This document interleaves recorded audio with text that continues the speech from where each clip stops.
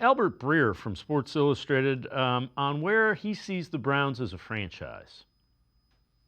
They're in a weird transition spot where I think Andrew Berry and Kevin Stefanski were really honest with themselves about where they are, and that maybe that window of the group that they made the playoffs with twice over the last 5 years is up.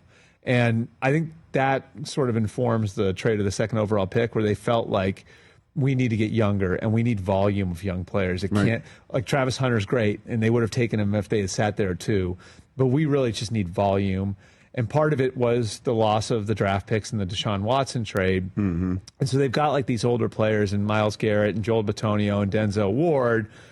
But on the other end, they're trying to get younger. They're trying to balance their roster out. And I think that's sort of why they're kind of in that weird spot at quarterback where it's like, we'll make it work this year. Well, Lance, I think I agree to a certain extent.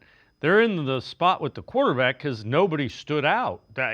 There wasn't a slam dunk, let's make sure this guy looks like he can help us win.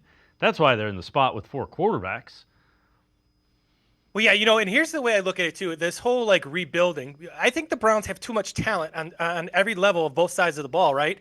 So they got an elite receiver. They got elite secondary guys. They got a couple of really good linebackers. They're elite inside on defensive line, especially with a couple of those guys. The offensive line has guys not going back to their scheme. Running back's a question. But the big question, obviously, is quarterback, and it's a quarterback-driven league. In fact, all levels of football are driven by the quarterback. It's a team game, but make no mistake, that quarterback has to be really good in whatever scheme he's in. And that's where the Browns, if they can get adequate quarterback play, they're too good at every other position to be terrible. And I don't, it's not all about wins and losses, but if you're in the game at the end of games, you got a chance to win those games. And they're well coached, and Kevin Stefanski is not coach of the year on accident. That didn't happen on accident. They just have to have good quarterback play because their coordinators are really good.